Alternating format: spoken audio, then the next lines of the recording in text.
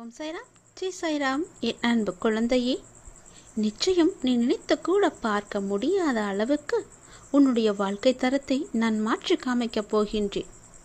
நீ உன் மனதில் வெகு நாட்களாக ஒன்றை பற்றி விரும்பிக் கொண்டே இருக்கின்றாய். நீ விரும்பியதை உனக்கு நான் கொடுக்கப் போகின்றேன். விரைவில் அதை நீ பெறுவாய்.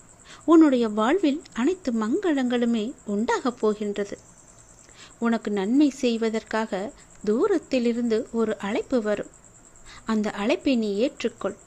உனக்கு நன்மை செய்ய தூரத்திலிருந்து ஒரு அழைப்பு வரும். மீண்டும் சொல்கிறேன், உன்னுடைய மரியாதை உயரும். அந்த அழைப்பை நீ அவமரியாதை செய்து விடாதே. கண்டும் காணாமலும் இருந்து விடாதே. உனக்கு மரியாதை, புகழ், செல்வம் என எல்லாமே கிடைக்கும். நான் சொல்வது போலவே செய்துவிடு. நீ வாழ்க்கையில் இதுவரை பட்ட வேதனைகளை நான் பார்க்காமல் இல்லை. உன்னுடைய வேதனைகள் எல்லாம் காணாமல் போகப் போகின்றது. உன்னுடைய மனமானது படும்பாடு எனக்கு மட்டுமே தெரியும். மற்றவர்களுக்காக யோசிக்கின்ற உன்னுடைய மனம் உதவி என்ற சொல்லை ஒருவர் சொல்வதற்கு முன்னால் அவர்களுக்காக போய் நீ உதவி செய்கின்றாய். அதே நேரத்தில் மற்றவர்கள் முன் அவர்களுக்காக அவமானமும் படுகின்றாய். ஏன் இப்படி இருக்கின்றாய்? சுயநலத்திலும் ஒரு பொதுநலம் வேண்டும் தான். பொதுநலமாகவே இருக்காதே, கொஞ்சம் சுயநலமாகவும் இரு.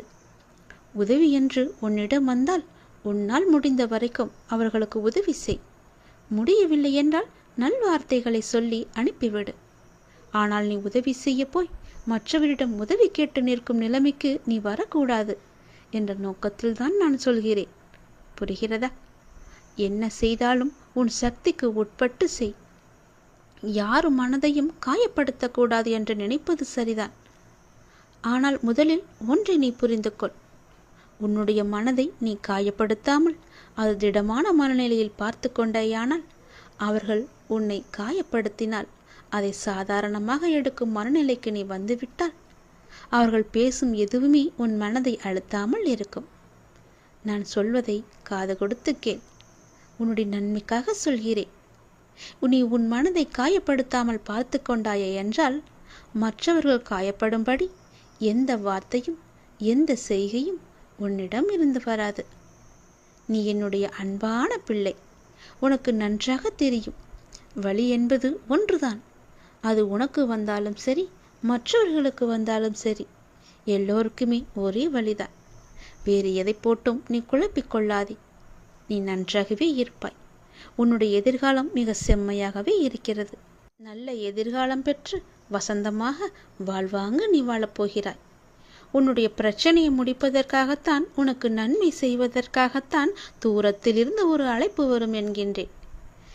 எந்த அழைப்பு வந்தாலும் அதை நீ ஏற்றுக்கொள். உன்னுடைய மதிப்பு, மரியாதை, புகழ், செல்வம், பெருமை என எல்லாமே உயரும். நிச்சயம் நடக்கும். அப்பா சொல்வது உன்னுடைய நன்மைக்காக மட்டுமே. உனக்கு கிடைக்க வேண்டிய எல்லா பதில்களும் நியாயங்களும் சில தினங்களில் உனக்கு கிடைக்கும். அதுவரை நீ பொறுமையாக என்னுடைய நாமத்தை மட்டும் நிஜம் செய்துவதுதான் உனக்கு நல்லது.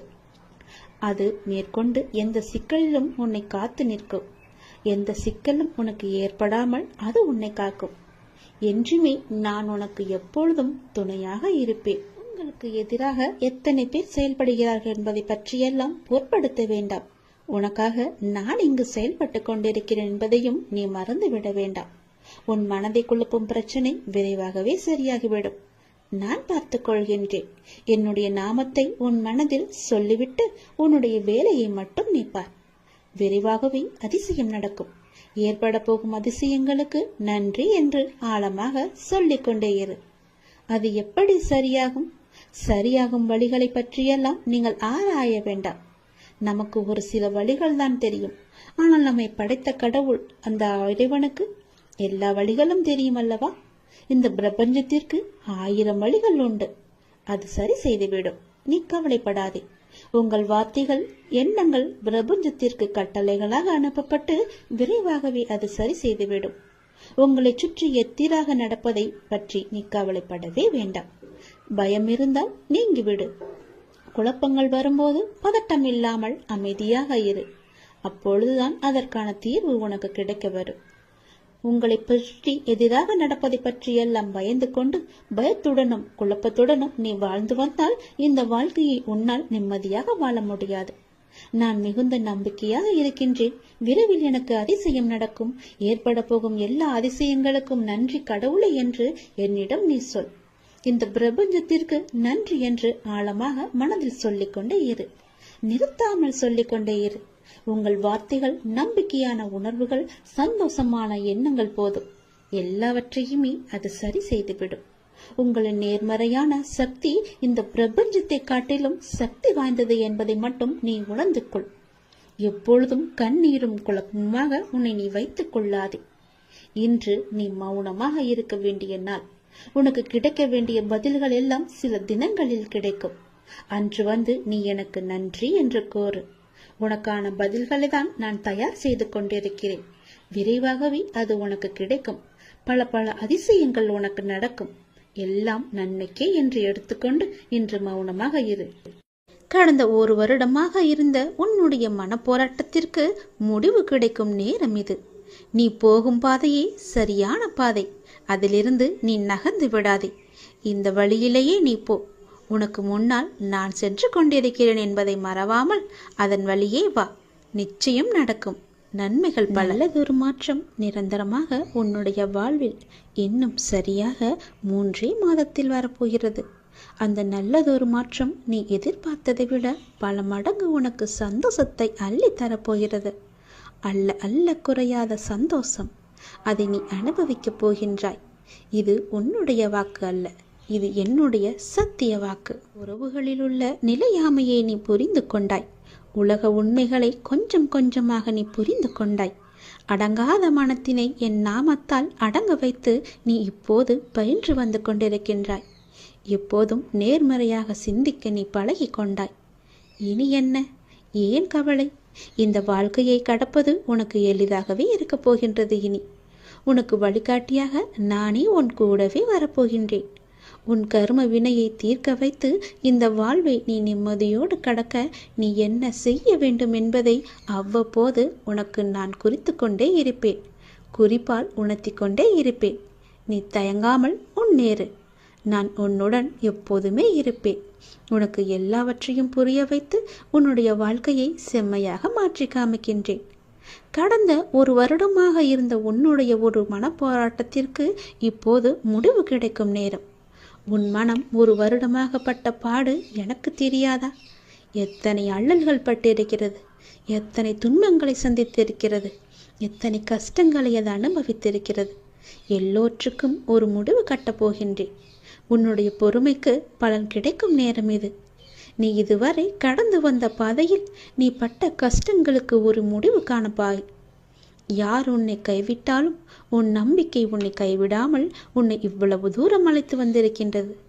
நான் நம்பும் என்னுடைய அப்பா என்னை காப்பாற்றுவார் என்ற நம்பிக்கை உனக்குள்ளே ஆழமாக பதிந்திருக்கிறது.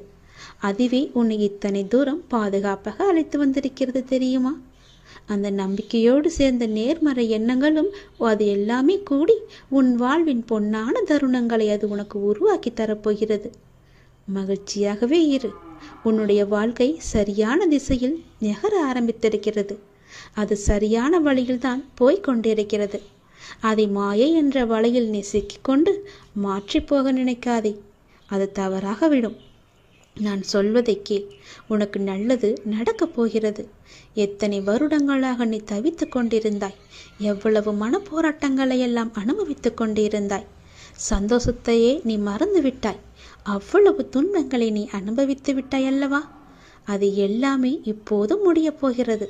சந்தோஷமாக நீ உன் வாழ்க்கையை ஆரம்பிக்கப் போகிறாய். உனக்கு துணையாக உன்னுடைய அப்பா நான் இருக்கும்போது எதையும் கவலைப்படாதே. எதை பற்றியும் நீ சிந்திக்காதே. மகிழ்ச்சியாகவே இரு. நிறைய மகிழ்ச்சியான தருணங்கள் இனி ஒன்றின் பின் ஒன்றாக உன்னை நோக்கி வந்து கொண்டே இருக்கிறது.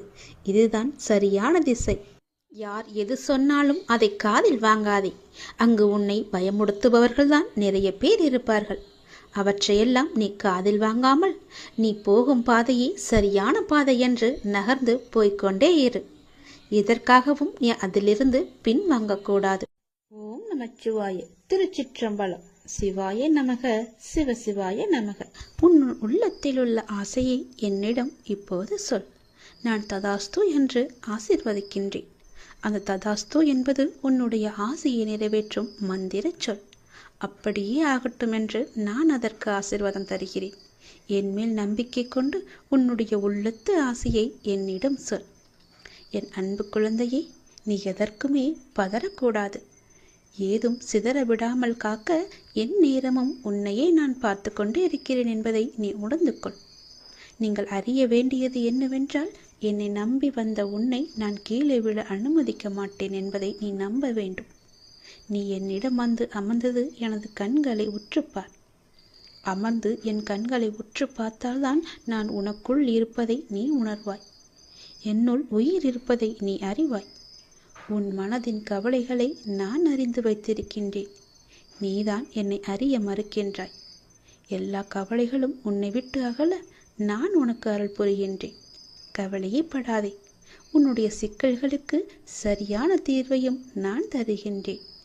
நீ எதை பற்றியும் கவலைப்பட அவசியமும் இல்லை, தேவையும் இல்லை. எந்த விஷயத்தை பற்றியும் எவ்வித கஷ்டமும் உனக்கு கிடையாது. என்னுடைய மொழிகளில் முழுமையான நம்பிக்கை வைத்தால் உன்னுடைய சிக்கல்களான சந்தேகங்களை நான் தீர்த்து வைக்கிறேன். அதற்கு சரியான முடிவையும் நான் தருகிறேன். அப்பாவை தரிசனம் செய். உன்னுடைய அப்பாவாக நினைத்து என்னை நீ தரிசனம் செய். என்னுடைய பாதங்களில் நீ வந்தனம் செய். உம்முடைய உள்ளத்து ஆசையை என்னிடம் விளக்கமாகச் சொல். நான் உங்களை ஆசீர்வாதம் செய்கிறேன். நம்பிக்கையுடன் நான் உங்களுக்கு இருப்பேன் என்ற நம்பிக்கை உன் மனதில் இருந்தால் ததாஸ்து என்ற வார்த்தை என் நாவிலிருந்து வரும். அந்த ததாஸ்து என்பது அப்படியே ஆகட்டும் என்பதற்கான பொருள். என் மீதான நம்பிக்கையை வளர்த்து கொண்டு என் உள்ளத்து ஆசையை என்னிடம் வந்து சொல்லிவிடு. யாருக்கும் எந்த தீங்கும் செய்யாத அளவுக்கு என்னுடைய நாமத்தை நீ உச்சரித்து கொண்டே வா. இந்த இம்மையிலாகட்டும் மறுமையிலாகட்டும் உன்னை காப்பது என் கடமை, என் பொறுப்பு என்று பலமுறை நான் சொல்லியிருக்கிறேன். கவலையே படாதே. இறைவா, நடத்தியதும் நீ, நடத்தப் போவதும் நீ. நடப்பவை அனைத்தும் நன்மை தருவதாக இருக்கட்டும் என்ற நம்பிக்கையோடு நீ தொடங்கு. நிச்சயம் உன் ஆசை நிறைவேறும். உன்னுடைய துன்பங்கள் எல்லாம் முடிவடைந்துவிடும். அறிவு என்பது படிப்பறிவை சார்ந்தது அல்ல. நமக்கு கிடைத்த அனுபவத்தையும் சூழ்நிலையையும் வைத்து எதிர்காலத்தை கையாளும் தன்மைக்கு பெயர்தான் அறிவு. நீ அறிவோடு நடந்து கொள். இன்றைய விடியல் உனக்கானது. இன்று உனக்கு நல்லது மட்டுமே நான் நடத்தி காமிப்பேன். உன் ஆசையை சொல். ததாஸ்து என்று சொல்கிறேன். நடப்பவை அனைத்தும் நன்மைக்கே. என் வாழ்க்கை சோகம் நிறைந்தது என்று ஒரு பொழுதும் நினைக்காதீர்கள். எல்லாம் நிறைவாயிருக்கும் வாழ்க்கை இங்கு யாருக்குமே அமைவதில்லை என்பதே உண்மை. நல்லது நடக்கும் என்று நம்பிக்கொண்டே தன் வாழ்நாளை ஏக்கத்துடன் தொலைத்து கொண்டு இருப்பவன் முட்டாள். எது நடந்தாலும் சந்தோஷமாக எடுத்துபவன் தான் புத்திசாலி. சந்தேகப்படுபவர்களை நம்பாதே, நம்புபவர்களை சந்தேகப்படாதே. வார்த்தைகளால் மோதுவதை விட மௌனமாய் இருப்பது அறிவுபூர்வமானது. இருவரில் ஒருவருக்கு ஏற்படும் மன காயங்களையேனும் நாம் தவிர்க்கலாம். உலகத்தில் எல்லாம் தெரிந்தவர் என எவருமே இல்லை, எதுவும் தெரியாதவர் எனவும் எவருமே இல்லை. நல்லதே நடக்கும். நடப்பவை அனைத்தும் நல்லதுக்கே என்று நம்புங்கள். வாழ்க்கை மிகவும் அருமையாக இருக்கும். கெட்ட எண்ணங்களை மாற்றி அமைத்துக் கொண்டீர்களேயானால் உங்கள் வாழ்க்கை மிகுந்த மகிழ்ச்சியுடன் காணப்படும். மகிழ்ச்சி வந்துவிட்டால் பணம் தானாகவே வர ஆரம்பிக்கும். நீ எப்படி மீண்டு வருவாய் என பலர் உன்னை கேலி செய்யலாம். நீ வருந்தாதே. எல்லாம் பழைய சோறு. நானோ உனக்கு புதியதாக சமைக்கப் போகிறேன். உன்னுடைய பசி யாரும். நீ சோர்ந்து போனால் எதையும் சாதிக்க முடியாது. இதோ நான் சாரதியாக வந்துள்ளேன். நீ எனது அர்ஜுனன், எனக்கு பிரியமுள்ள நண்பன். துன்பம் என்கிற எதிரியை துரத்திட எனது துணையோடும் எனது பலத்தோடும் போர்க்களம் வந்து நிற்கின்ற அர்ஜுனன் நீ. கண்களை திறந்து பார். நானே உனது ஸ்ரீ கிருஷ்ணன்.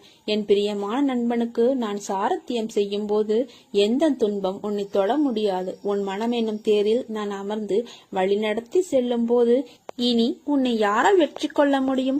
ஒரு நிமிடம் உனது கண்களை மூடி என்னை தியானித்து எனது ரூபத்தை உற்றுப்பார். நான் கிழவன் போல காணப்பட்டாலும் கிழவன் அல்ல, இளைஞன். எல்லையில்லா பராக்கிரமும் சக்தியும் பெற்றவன். உனக்கு மட்டும் கருணையுள்ள தாய். உண்மையாக தோள் கொடுத்து தாங்கும் நண்பன். உனது வாழ்வை கெடுத்தவர்களுக்கு உயிர் குடிக்கும் காலன் நான். உன்னை நீ நினைத்து பார்க்க முடியாத அளவிற்கு உயர்த்தப் போகிறேன். நம்பிக்கையோடு காத்திரு. பொறுமையாக இரு. நான் இருக்கிற நிழலாக. நீ செல்லும் இடமெல்லாம் உன்னையே நீ ஏன் கேள்வி கேட்டுக் கொள்ளாமல் மற்றவர்களிடம் உன் பதிலை தேடி அலைகிறாய்? உனக்குள் தானே நான் இருக்கிறேன். உனக்கான பதிலை நான் கூற மாட்டேனா? இன்று உனக்கு ஒரு கனி கிடைத்தது அல்லவா? அதற்கான அர்த்தம் உன்னுடைய அன்பு என்பது அளவு கொள்ளாத முடியாததாய் இருக்கிறது. நல்ல காலத்தில் என் குழந்தையான நீ உன் பிஞ்சு கால்களை வைத்து விட்டாய். அப்பா, நான் வளர்ந்த பிள்ளையா இருக்கிறேன், என் கால்களை பிஞ்சு கால்கள் என்று சொல்கிறீர்கள் என்று நினைக்கிறாய். இன்று உன் மனதில் என்ன எண்ணங்கள் தோன்றின என்று நினைத்துப்பார். உன் சாயப்பாவுக்கு நீ எப்போதும் பிறந்த பிஞ்சு குழந்தைதான். நீ உனக்கான அனைத்தும் செய்பவர் நானே, நீதான் பொறுப்பு என்று சொல்லிவிட்டாய். உன் முழு மனதோடு இந்த வார்த்தைக்காகத்தான் உன் சாயப்பா காத்து கொண்டிருந்தேன். இனிமேல் உன்னுடைய அனைத்து விஷயங்களுமே நான் செய்பவைதான். என்னை நம்பி முழுமையாக சரணடைந்து விட்டவர்களை நான் புறம் தள்ளுவது இல்லை. அவர்களுடைய அனைத்து விஷயங்களுக்கும் நான் பொறுப்பேற்கிறேன். அவர்களை காப்பதே என்னுடைய வேலை. அவர்களை நன்மை தீமை கணக்கு பார்த்து காப்பாற்றும் தன்மையுள்ளவன் நான். மனதில் ஏதோ கோரிக்கைகளை வைத்துக்கொண்டு என்னை ஆராதிக்கிறாய். அந்த கோரிக்கைகளின் நன்மை தீமைகளை உனக்கு தெரியாது. நிறைவேற வேண்டும் என்ற ஆவல் மட்டுமே உன்னுடன் இருக்கிறது. உனக்கு நன்மை பயக்கும் கோரிக்கைகளை நான் நிறைவேற்றுவேன். மீண்டும் முன்னில் மற்றொரு கோரிக்கை துளிர் விடுகிறது. அந்த கோரிக்கை நிறைவேறாத போது என் மேல் நம்பிக்கை குறைகிறது. சிறுவன் விளக்கை நோக்கி நகர்ந்து செல்கிறான் என்றால் அதை தொடர் நினைக்கிறான் என்று அர்த்தம். தாய் அந்த விஷயத்தை கவனித்து விளக்கை தூரமாக வைக்கிறாள். சிறுவன் அடமெடுத்து கோபித்து அழுகிறான். அந்த அழுகை தாய்க்கு இனிமையாகவே இருக்கும். உனக்கு நிறைவேறாத கோரிக்கைகளை விஷயத்தை கூட நான் தாய் போன்றவனே. தாய் குழந்தையை அரவணைத்து ஸ்தனத்தை தருகிறாள். அவ்விதமாகவே நான் உன்னை நேசிக்கிறேன். எப்படி ஸ்தனங்களில் இருந்து பால் குழந்தையின் தொண்டையில் மிகவும் ரகசியமாக சப்தமில்லாமல் செல்கிறதோ, உன்னிடம் என் அன்பு கூட அப்படியே இருக்கும். எனக்கு கேட்கும்படி சப்தமாக நீ என்னை அழைக்கிறாய். நான் தெரியாமல் மிக ரகசியமாக உன்னிடம் வருகிறேன். ஒரு கணத்தில் உன் மனம் சபலமடைந்தால் நான் என்ன செய்ய முடியும்? குழந்தை மடி மீது இருந்தால் அல்லவா தாய் பாலூட்ட முடியும். பொறுமை மிகவும் தேவை. என் வார்த்தைகளின் மீது நம்பிக்கை வை. உனக்கு நான் இருக்கிறேன், என்றும் இருப்பேன். ஒவ்வொரு வியாழனும் நாம் காயத்ரி மந்திரத்தை தினமும் நாம் சொல்ல வேண்டும். வியாழன் குரு பகவானுக்கும் குபேர கடவுளுக்கும் மிக சிறந்த நாள். அன்று இந்த குபேர காயத்ரி மந்திரத்தை தினமும், அதாவது வியாழக்கிழமை தோறும் தினமும் மாலையில் இதை மறக்காமல் நீங்கள் செய்து வாருங்கள். உங்கள் வீட்டில் நிறை செல்வம் நீங்காது இருக்கும். இந்த குபேர காயத்ரி மந்திரம் தினமும் நாம் சொல்லிக் கொண்டே இருக்க வேண்டும். தினமும் என்றால் வியாழக்கிழமை தோறும். வியாழக்கிழமை மாலையில் மறக்காமல் இந்த விளக்கேற்றுங்கள். நீங்கள் வீடு நிறைய செல்வம் சேரும். குபேரன் காயத்ரி மந்திரம், குபேர தீபத்தை குபேரன் காயத்ரி மந்திரம் என்று சொல்லிக்கொண்டே நாம் ஏற்றலாம். ஓம் யக்ஷராய வித்மகே வைஷ்ரவனாய தீமகி தன்னோ குபேர பிரசோதயாத். ஓம் யக்ஷராஜாய வித்மகே வைஷ்ரவனாய தீமகி தன்னோ குபேர பிரசோதயாத். ஓம் யக்ஷராஜாய வித்மகே வைஷ்ரவனாய தீமகி தன்னோ குபேர பிரசோதயாத். இதே போல தினமும் வியாழக்கிழமை தோறும் மாலை 6 மணிக்கு உங்கள் வீட்டில் குபேர தீபத்தை ஏற்றிவிட்டு இந்த மந்திரத்தை நீங்கள் சொல்லி பாருங்கள். குபேர விளக்கை ஏற்ற சரியான தினமாக வியாழக்கிழமை பார்க்கப்படுகிறது. அன்று மாலை 5 மணி முதல் இரவு 8 மணிக்குள் இந்த குபேர விளக்கை ஏற்றி பூஜை செய்வது மிகவுமே உத்தமம். தொடர்ந்து குபேர விளக்கு ஏற்றி வழிபட்டு வர குடும்பத்தில் இருந்த துன்பங்கள், கடன் பிரச்சனைகள், சங்கடங்கள் அனைத்தும் நீங்கி உங்களுக்கு நல்வாழ்வு கிடைக்கும். செல்வம் பல மடங்கு பெருகவும், நமக்கு தேவையான செல்வத்தை சம்பாதிக்கவும், நாம் சேமித்து வைத்துள்ள செல்வத்தை பாதுகாக்கவும், எப்போதும் நம் வீட்டில் செல்வம் நிலைத்திருக்கவும், நமது வீட்டிற்கு எப்போதும் செல்வத்தை ஈர்க்கும் சக்தி கிடைப்பதற்கும் நாம் முழு மனதுடன் செய்ய வேண்டிய ஒரு விசேஷ விளக்கு பூஜை இது.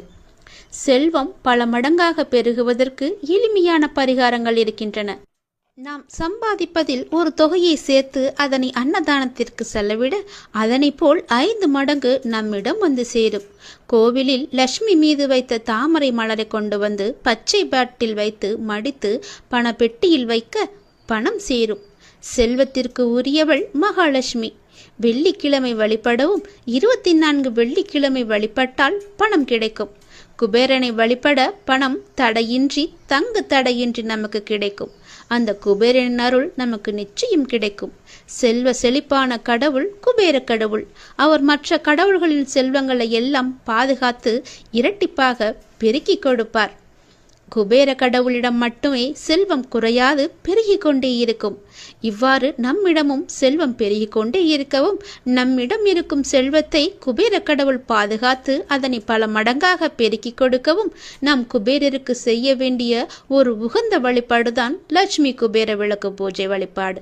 வியாழன் வெள்ளிக்கிழமைகளில் இந்த விளக்கினை ஏற்றி நீங்கள் வழிபடலாம். குபேர விளக்கு செல்வத்தின் அதிபதியாக குபேரர் விளங்குகிறார். அவரை நாம் வணங்கி வர அவரின் அருள் கிடைத்து வாழ்வில் வளம் பெறலாம். அவரின் அருள் பெற குபேரர் விளக்கில் தீபம் ஏற்றி நாம் வழிபடலாம். குபேர விளக்கை ஏற்ற சரியான தினமாக வியாழக்கிழமை பார்க்கப்படுகின்றது. அன்று மாலை 5 மணி முதல் இரவு 8 மணிக்குள் இந்த குபேர விளக்கை ஏற்றி பூஜை செய்து இந்த மந்திரத்தை நீ சொல்லி வாருங்கள். வாரந்தோறும் இந்த விளக்கை ஏற்றி தினமும் சொல்லி வாருங்கள். விளக்கு ஏற்றும் நேரம் குபேரருக்கு விருப்பமான வியாழக்கிழமை தினத்தில் காலையில் வீட்டை சுத்தம் செய்ய வேண்டும். அன்று மாலை வீட்டின் வாசலில் செம்மண் பட்டை இட்டு அலங்காரம் செய்ய வேண்டும். அதன் மீது பச்சரிசி மாவில் கோலம் போட வேண்டும். வாசல் நிலைப்படிக்கு சந்தனம் தெளித்து மஞ்சள் குங்குமம் வைக்க வேண்டும். அதன் பின்னர் கரும்புள்ளி இல்லாத ஒரு எலுமிச்சை பழத்தை எடுத்து அது 2ஆக வெட்டவும். ஒரு துண்டில் மஞ்சளும் மற்றொரு துண்டில் குங்குமமும் தடவி நிலைப்படிக்கு இருபுறமும் ஒவ்வொன்றை வைக்கவும். அதன் பின்பு நிலைப்படியின் இரு பக்கமும் மலர்களை வைக்கவும். 5 ரூபாய் நாணயம். முதலில் குபேர விளக்கிற்கு குபேர விளக்கு வைக்கும் மனை அல்லது தட்டிற்கு ஒற்றைப்படையில் மஞ்சள் குங்குமம் பொட்டு வைக்க வேண்டும். பிறகு குபேர விளக்கு வைக்கும் தட்டில் சிறிதளவு பச்சரிசியை வைக்க வேண்டும். பச்சரிசி மகாலட்சுமியின் அம்சம் என்பது குறிப்பிடத்தக்கது. குபேரருக்கு விசேஷமான எண் என்பது 5. எனவே 5 ரூபாய் நாணயத்தை பச்சரிசியில் வைக்கவும். குபேர விளக்கு ஏற்றுவதற்கென்று சில விதிமுறைகள் இருக்கின்றன. விளக்கு ஏற்றும் போது வீட்டினுள், அதாவது வாசலின் முன் நின்றபடி நமது இடது புறத்தில் ஒரு மரப்பலகை அல்லது தட்டி நன்றாக சுத்தம் செய்த குபேர விளக்கை வைக்கவும். அதற்கு மஞ்சள் குங்குமம் வைக்கவும். அதில் நல்லெண்ணெய் ஊற்றி 2 திரிகளை எடுத்து ஒன்றாக சேர்த்து ஒரு திரியாக்கி குபேர விளக்கில் போடவும். பின்னர் வீட்டில் விளக்கேற்றும் பூஜை அறையில் விளக்கேற்றிய பின் குபேர விளக்கிலும் நீங்கள் தீபத்தை ஏற்ற வேண்டும். குபேரின் காயத்ரி மந்திரம், குபேர தீபத்தை குபேரின் காயத்ரி மந்திரம் என்று சொல்லிக்கொண்டே நீங்கள் ஏற்ற வேண்டும். ஓம் யக்ஷராஜாய வித்மகே வைஸ்ரநாய தீமகி தன்னோ குபேர பிரசோதயாத். இந்த மந்திரத்தை 3 முறை சொல்லி நீங்கள் இந்த தீபத்தை ஏற்றலாம். இப்படி செய்வதால் நமக்கு குபேரன் அருள் நீடித்து நிற்கும். குடும்பத்தில் அனைத்து செல்வங்களும் கிடைக்கும். குபேர விளக்கை தினமும் பூஜை அறையில் ஏற்றி வரலாம். குபேரருக்கு உகந்த திசை வடக்கு. ஆகையால் பூஜை அறையில் வடக்கு திசை நோக்கி இதை ஏற்ற வேண்டும். வடக்கு திசை நோக்கியவாறே குபேரர் பொம்மையும் இருக்க வேண்டும். நெய் தீபம். குபேர விளக்கில் நெய் அல்லது நல்லெண்ணெய் சேர்த்து குபேர திரியினால், அதாவது குபேரருக்கு உகந்த நிறம் பச்சை, அதனால் பச்சை நிறத்தில் உள்ள திரியால் குபேர விளக்கு ஏற்றினால் மிகவுமே சிறந்த பயனளிக்கும். பச்சை நிற திரி இல்லையெனில் பஞ்சு திரி வைத்தும் விளக்கு ஏற்றலாம். குபேர விளக்கில் 5 கற்கண்டு சேர்க்க வேண்டும். கற்கண்டு சேர்ப்பதனால் பண வரவு அதிகரிக்கும்.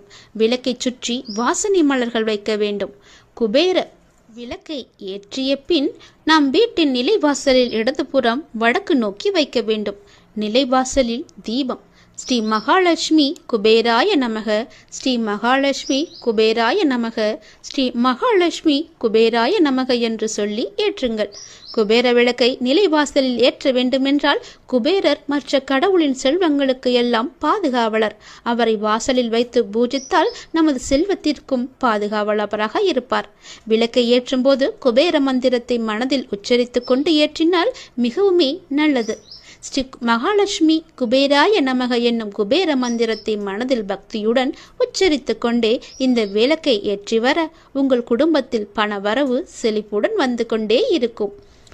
ஒவ்வொரு வியாழக்கிழமையும் மாலை 5 to 8 மணிக்குள் உங்கள் வீட்டு நிலைவாசற்படியில் எவ்வாறு வடதிசை நோக்கி குபேர விளக்கு ஏற்றி வர உங்கள் வீட்டில் எப்போதும் செல்வம் குறையாமல் பெருகிக் கொண்டே இருக்கும். தொடர்ந்து குபேர விளக்கை ஏற்றி வழிபட்டு வர குடும்பத்தில் இருந்த துன்பங்கள், கடன் பிரச்சனைகள், சங்கடங்கள் அனைத்தும் நீங்கி நல்வாழ்வு உங்களுக்கு கிடைக்கும். உங்கள் இல்லத்தில் செல்வமும் மகிழ்ச்சியும் நீடித்து இருக்கட்டும். ஓம் ஸ்ரீம் கிரீம் லட்சுமி குபேராய நமக. ஓம் ஸ்ரீம் கிரீம் லக்ஷ்மி குபேராய நமக. ஓம் ஸ்ரீம் கிரீம் லக்ஷ்மி குபேராய நமக. நான் சொல்வது போலவே செய். உன் வீட்டில் நிச்சயம் குபேரர் தானாகவே குடியேறுவார். உன் பண கஷ்டங்கள் எல்லாமே உடனடியாகவே தீர்ந்துவிடும்.